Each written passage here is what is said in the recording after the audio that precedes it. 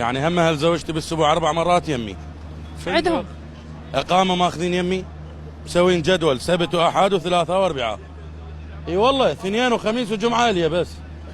شكوش عندكم 4 ايام يمي، بقت على 3 ايام تعالوا انتم ناموا بالبيت وانا راح انام بالحراسه. غير يحبوا. لا ما حبه يا مع كل جاي 35 40 الله يخليك. انا اسبوعيتي كلها 100,000. يعني يجون ايديهم فارغه؟ منو يجي ده فارغه؟ جابوا علاقه ب7 كيلو يمي ب 45,000. اهم شيء جايبين، ما جايين ايديهم فارغه. هاي مره بالسنه، هم بالسنه يجيبون مره واحده. يعني مال من يا يوم؟ يمكن بعيد الجيش 6/1 بس. اشمعنى؟ ما اعرف.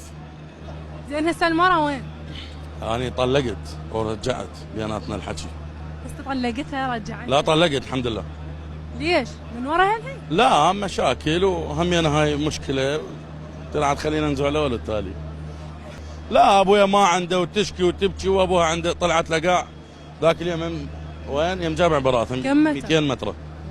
والله ناطي بيها مليار والله العظيم. ورجعها؟ شرجع منها بعد راحت الله.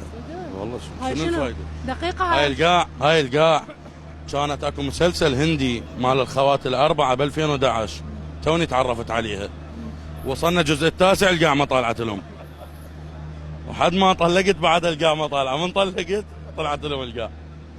يعني الخلل بيك كان انا فقر انتي منها. انتي تعرفين شلون فقراني؟ قدمنا على رعايه 8 نفرات ب 2019 7 طلعوا لهم انا ما طلع لي.